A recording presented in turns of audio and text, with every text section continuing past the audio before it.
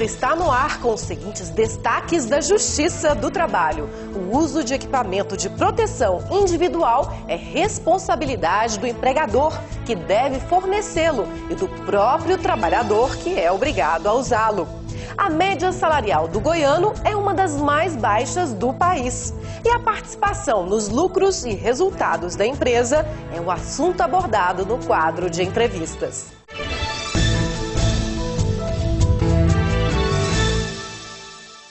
De acordo com a lei, a responsabilidade pela segurança no ambiente de trabalho pode ser atribuída tanto ao empregador quanto ao empregado. O proprietário da empresa tem o dever de fornecer e fiscalizar o uso de equipamentos de proteção individual, os chamados EPIs. Mas o trabalhador também precisa ter consciência de que o uso dos equipamentos ajudam na prevenção de acidentes. Esse é o tema que trataremos hoje no quadro Fique Sabendo.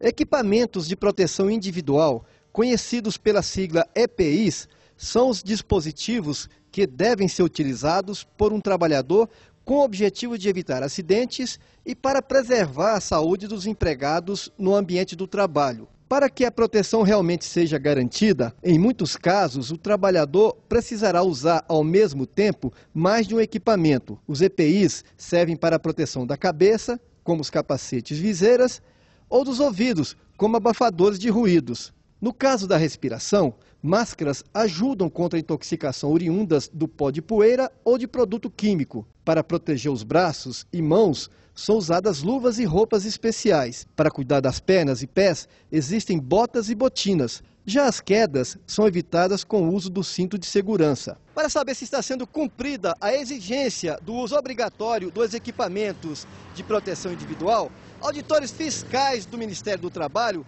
realizam fiscalização periódica nas empresas. A legislação traz que a empresa é obrigada a fornecer o equipamento certificado, a treinar quanto ao uso e a obrigar o uso. A fiscalização referente aos equipamentos de proteção individual, ela é feita principalmente pela equipe do setor de segurança e saúde do trabalho. Nós somos auditores especializados nessa área e a gente visita as empresas para verificar se o equipamento, primeiro, se ele está sendo fornecido, se é um equipamento certificado pelo Ministério do Trabalho e se o equipamento está sendo utilizado.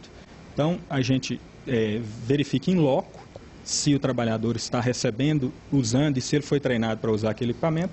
Caso uma dessas situações não esteja sendo feita corretamente, aí cabe o auto de infração que é lavrado no momento da fiscalização. E, além do auto de infração, é possível também a multa para os casos que haja irregularidade? Sim, o auto de infração é a multa, né? A gente faz o auto de infração, a empresa tem a possibilidade de se defender e depois dessa avaliação é imposta a multa. O uso dos equipamentos de proteção individual é regulamentado por um conjunto de normas. Em caso de acidente do trabalho, o empregador pode ser acionado na Justiça, conforme explica o juiz Marcelo Nogueira Pedra. Na Justiça do Trabalho também é muito comum as ações por danos materiais e até morais em razão de acidente de trabalho, não é verdade? Sim, são muito comuns e, em alguns casos, esses acidentes ou esses danos à saúde do empregado, porque em muitas situações a doença ocupacional também se equipara a acidente de trabalho, então esses danos à saúde do empregado são decorrentes da ausência de fornecimento ou de uso do EPI, de modo que ao empregador de toda conveniência que ele faça esse fornecimento, essa fiscalização, que ele tenha esse cuidado, esse zelo com o ambiente de trabalho para evitar ser acionado judicialmente e, se ele tiver culpa, seguramente na Justiça do Trabalho a regra é que ele seja apenado. O trabalhador também pode ser penalizado se não usar o equipamento? Sim, no caso do empregado é obrigação legal do empregado fazer a utilização desses equipamentos. Então ele tem o direito de recebê-los, mas tem a obrigação por parte do empregador, se ele constatar que o empregado está desobedecendo a essa obrigação legal, ele pode, inclusive, punir a esse empregado, seja com advertência, seja com suspensão, ou até mesmo, nos casos mais graves, com a dispensa por justa causa. Na realidade, ainda há muita resistência ao pleno cumprimento do uso dos equipamentos de proteção individual. Nesta construção, o primeiro operário que abordamos viu-se em apuros quando falamos do assunto da reportagem. Imediatamente, buscou o material e se pôs a usá-lo de forma correta e segura, concordando com os riscos que estava correndo de se acidentar. Às vezes a gente esquece que, às vezes, para fazer alguma coisa assim, rápido, assim, por um acaso a gente pega e esquece, mas sempre eu uso EPIs igual óculos, protetor auricular, máscara de solda, porque eu uso a máscara aqui para soldar, eu uso a máscara também para não ficar respirando a fumaça da solda. Mestre de obras comentou que, apesar da vigilância, há sempre alguém no local de serviço sem algum item de proteção individual. Sempre pegamos aí na rotina nossa, 1 ou 2 funcionários todo dia praticamente. Alerta ele imediatamente? Positivo, alertamos ele quanto ao uso de EPI e, se for reincidente, é advertido por escrito. Goiás está entre os 10 estados com a menor média de remuneração do país. A pesquisa foi divulgada pelo Instituto Brasileiro de Geografia e Estatística, IBGE.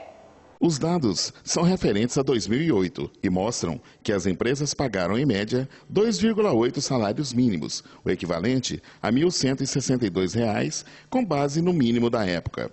O valor está abaixo da média nacional, que é de 3,4 mínimos ou R$ 1.411.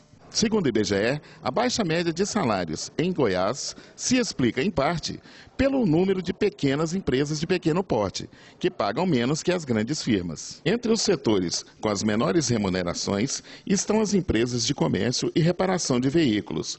O presidente do Sindicato dos Empregados do Comércio do Estado de Goiás, SESEG, Eduardo Amorim, aponta os motivos principais que justificam a situação. Essa é uma preocupação que os sindicatos comerciários têm. Realmente, a média salarial do trabalhador no comércio está em torno de R$ 1.000, R$ 1.200.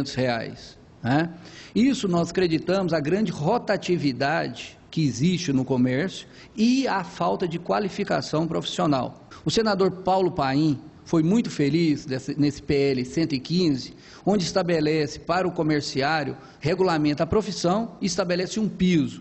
Nesse projeto de lei, é solicitado um piso de 3 salários mínimos para o comerciário, né? 6 horas de trabalho por dia, e considerado aí, a partir daí, uma profissão. Isso vem melhorar em muito a relação do trabalhador com o empresariado. Pensando nisso, os sindicatos comerciais já está sonhando, né? Não sei se vai ser um sonho próximo ou um sonho longo, mas já estamos trabalhando para que criamos aqui no estado de Goiás a faculdade para o comerciário. Evidentemente, se regulamentar, nós acreditamos que nós vamos conseguir isso. Quer dizer, vai ter o curso tecnólogo em vendas, tecnólogo nas demais funções que compõem o comércio goiano. Para o economista da Federação das Indústrias de Goiás, FIEG, Cláudio Henrique de Oliveira, embora a remuneração no Estado seja menor que em outras unidades da Federação, ela é compatível com o tipo de trabalho ofertado, de menor qualificação. Recentemente foi divulgada uma pesquisa do IBGE que fez um estudo da média salarial paga por vários estados e por vários setores da produção. Goiás ficou com uma média de 2,8 e a indústria de transformação 2,4. A esse resultado, 2,4, média de salário mínimo, que é o setor de indústria de transformação, paga aos seus colaboradores. A visão que a gente tem em relação a outros estados que pagam acima desse valor são aqueles da região Sudeste e Sul, que já tem um desenvolvimento industrial muito maior do que o estado de Goiás, e que Goiás hoje ele vem diversificando a sua produção, deixou de ser um estado incipiente na indústria e paulatinamente vem conquistando o mercado.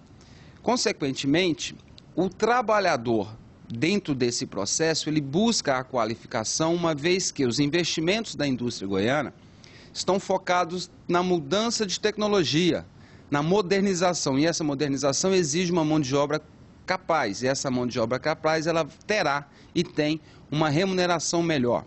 Basta ver no ano de 2008, 2009, os acordos coletivos acompanhados por nós da Federação das Indústrias sempre tiveram a reposição da inflação de período e de 1 a 2% de ganho real.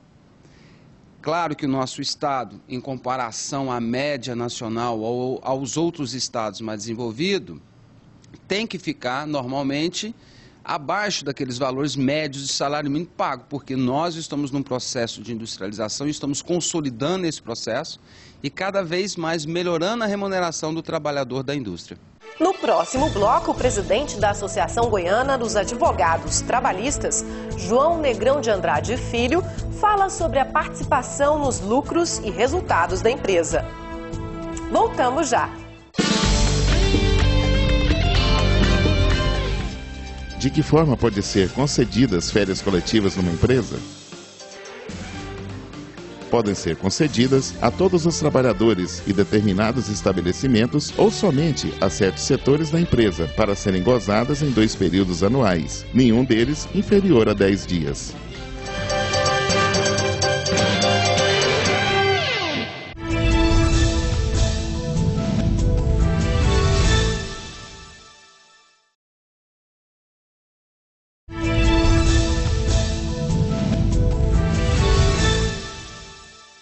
O direito dos trabalhadores à participação nos lucros ou resultados da empresa está previsto na Constituição de 1988, no artigo 7º, inciso 11.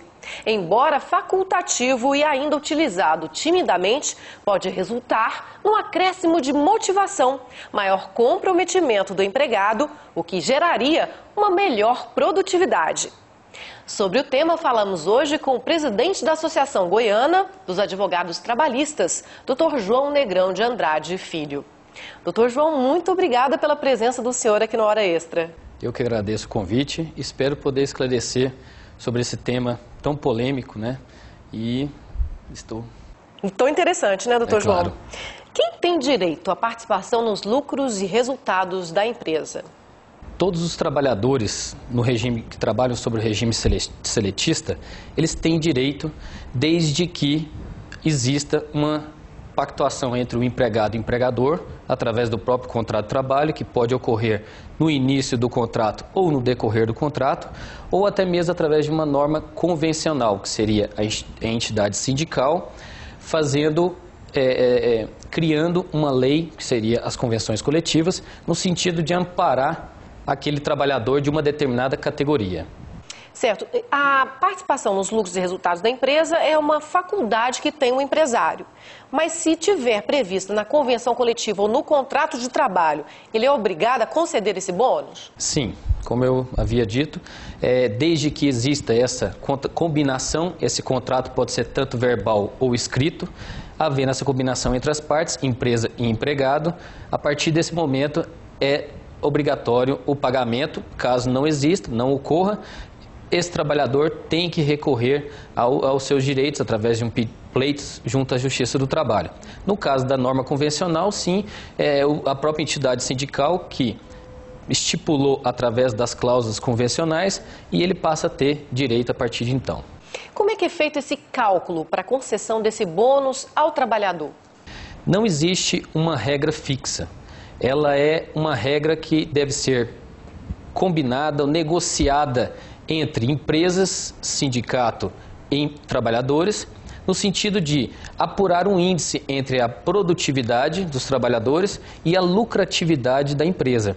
E através desses índices e da negociação, chega-se a um percentual que não existe um percentual fixo. A lei, então, não traz nenhum tipo de percentual e fica... para a negociação das partes. A critério. Pode ser tanto um percentual fixo ou então um valor fixo também a ser combinado entre as partes. A participação nos lucros e resultados da empresa, ela faz parte da remuneração? Ela reflete em outras verbas trabalhistas? Pela Lei 10.111 de 2000, ela não, através do seu artigo 3º, ela não integra a sua remuneração com caráter salarial. Então, para efeitos de reflexo, ela não tem direito.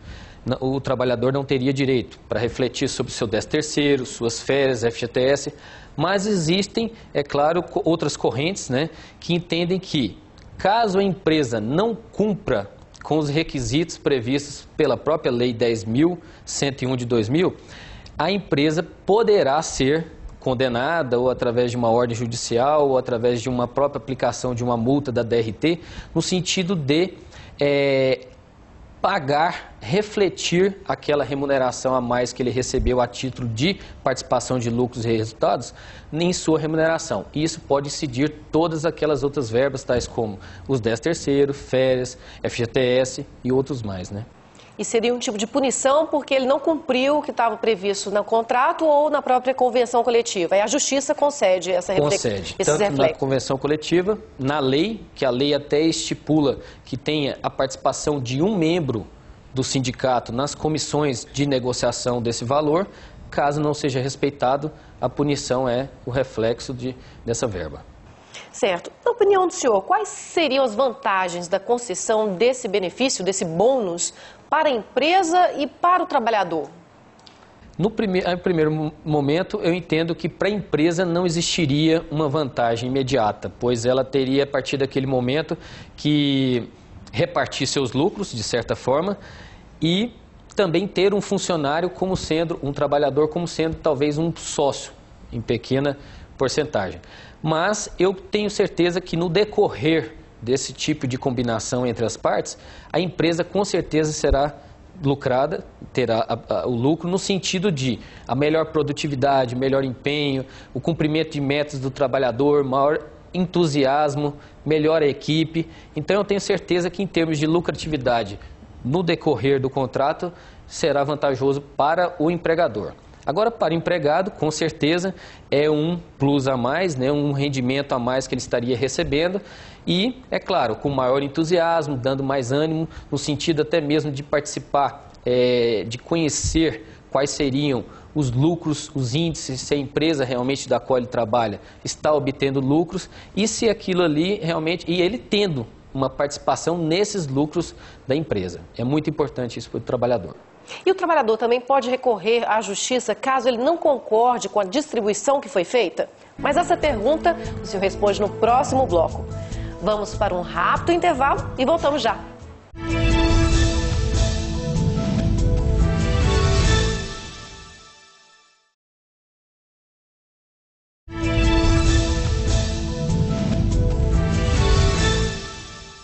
O Hora Extra está de volta.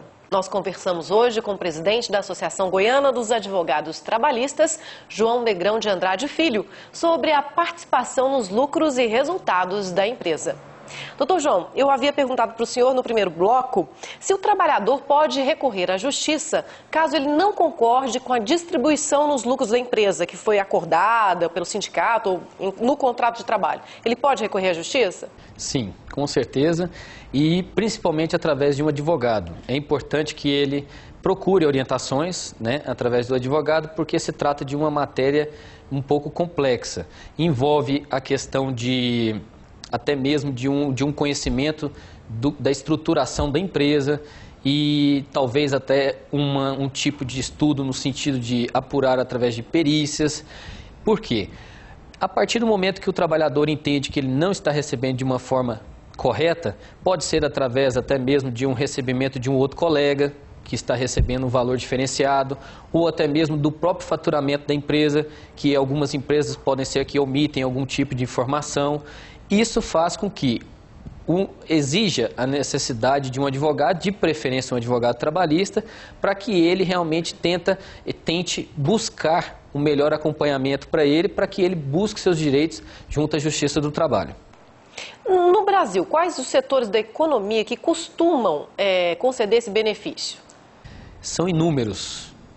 Poderíamos citar o automobilístico, que é um dos mais fortes e atuantes nesse sentido.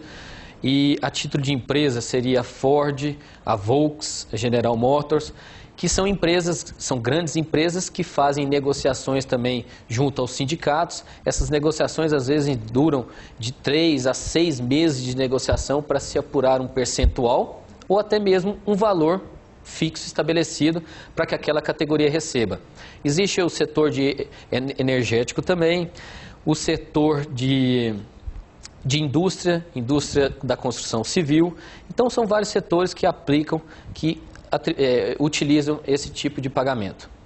Uma vez que a empresa concede a participação nos lucros e resultados, ela abre um precedente. As empresas já recuaram nesse sentido ou elas continuam pagando? O senhor tem algum exemplo nesse sentido? Não nesse sentido. A maioria que atribui, que começam a utilizar esse procedimento, elas acabam dando a continuidade. Porque a primeiro momento eu entendo que o empregador, ele sente um pouco incomodado com essa situação. Mas eu creio que no decorrer do trabalho, ele vai verificando que aquilo ali serve como um estímulo em que a produtividade aumenta e a sua lucratividade também aumenta. Então, eu creio que a maior parte daquelas empresas que aderem a esse sistema, elas continuam. Todo mundo trabalha satisfeito. Com certeza. Doutor João, o senhor tem conhecimento de empresas goianas que concedem a participação nos lucros e resultados? Sim, existem várias empresas no setor de carne e derivados, como a Friboi, a Minerva, entre outros, né, que utilizam esse procedimento de pagamento da participação de lucros e resultados. O setor de combustíveis, né, na área de postos de gasolina, também utiliza esse procedimento. Gás, comercializações de gás, também existem várias empresas, Copagás, por exemplo, que também efetuam esse tipo de pagamento. No comércio não é comum? Não tem sido muito usual no comércio, mas existem algumas empresas que fazem diretamente com o trabalhador às vezes, né? Combinam. E as empresas que têm esse costume, essa prática, elas costumam já prever no contrato de trabalho ou elas preferem fazer um acordo com o sindicato presente? Pela lei, a participação do sindicato é necessário pelo menos de que haja um representante nessa comissão que vai haver a negociação. Tem que ser criada uma comissão, essa comissão ela vai estabelecer um critério, né, para apurar para estabelecer o critério de pagamento dessa participação de lucros e resultados. E nesse momento, sim, a empresa prefere às vezes diretamente ao trabalhador com um representante do sindicato. Mas existem aquelas outras que fazem juntamente com a convenção coletiva, só que essas não costumam ser muito benéficas para o empregador. Certo, mas por quê? Porque a empresa não tem nesse caso a empresa não teria muita participação da negociação. Quem estaria participando de uma convenção coletiva seriam os sindicatos. Tanto o sindicato da categoria dos empregados, quanto ao patronal, estabelece a negociação entre eles para toda a categoria. E a empresa em si, diretamente com o funcionário, ela tem um poder de barganha melhor para poder estabelecer um critério. E o servidor público, ele tem direito à participação? Existe essa prática no serviço público? Não, infelizmente, pela própria lei 10.101 de 2000, ela não estabelece o pagamento para o servidor público, existindo apenas aquelas exceções para o servidor público que trabalha sob o regime seletista. E nesse caso, tem o exemplo até do Banco do Brasil, Petrobras, que pagam essa participação de lucros, né, resultados para os trabalhadores, porém no regime seletista e não o servidor público em geral. E parece que agora tem um projeto que o governo pretende encaminhar para o Congresso, né? Se eu trouxe essa novidade para a gente. Sim, o governo federal ele está estudando, né, esse projeto no sentido até mesmo de incluir, né, o próprio servidor federal no servidor público, né, no caso do recebimento dessa participação também. E existem outras, é claro, outras ideias a mais, né? Porém, são ideias para incrementar a própria lei que já existe. Já existe uma lei que prevê não estabelecendo de forma obrigatória. Esse projeto de lei, ele estabelece uma obrigatoriedade e até mesmo implicando em um aumento do encargo tributário caso a empresa não cumpra com o estabelecido. Caso a empresa não venha a distribuir essa participação de lucro para os trabalhadores. Essa obrigatoriedade pode causar grande polêmica, né, no meio empresarial. Sem dúvida, né, porque isso gera um ônus e existem também empresas que são diferenciadas a carga tributária, a forma de estabelecer a forma de recolhimento do imposto de renda e nesse caso a obrigatoriedade está vinculada ao aumento do percentual do imposto de renda. Estabeleceria 5% de distribuição de lucros, mas a empresa teria que ou aderir ou então pagar o imposto a mais, que não seria satisfatório para qualquer empregador. Bom, mas esse projeto ainda tem que ser aprovado no Congresso, né, doutor João? Sim, ele está em fase de estudo, né? Então ainda não tem muito caminho pela frente ainda para ser estudado. O Hora Extra entrevistou hoje o presidente da Associação Goiana dos Advogados Trabalhistas, AGATRA, Dr. João Negrão de Andrade Filho, que falou sobre a participação nos lucros e resultados da empresa. Dr. João, muito obrigada pela entrevista concedida aqui ao Hora Extra. Eu que agradeço o convite. O Hora Extra termina por aqui. Obrigada por sua atenção e até a próxima semana.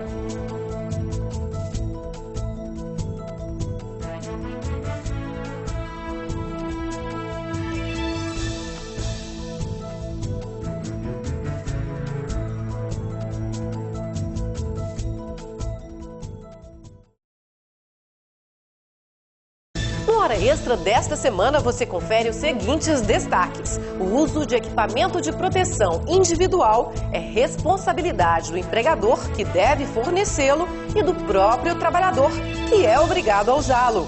Goiás está entre os 10 estados com a menor média de remuneração do país. E a participação nos lucros e resultados da empresa é o assunto abordado no quadro de entrevistas. Não perca!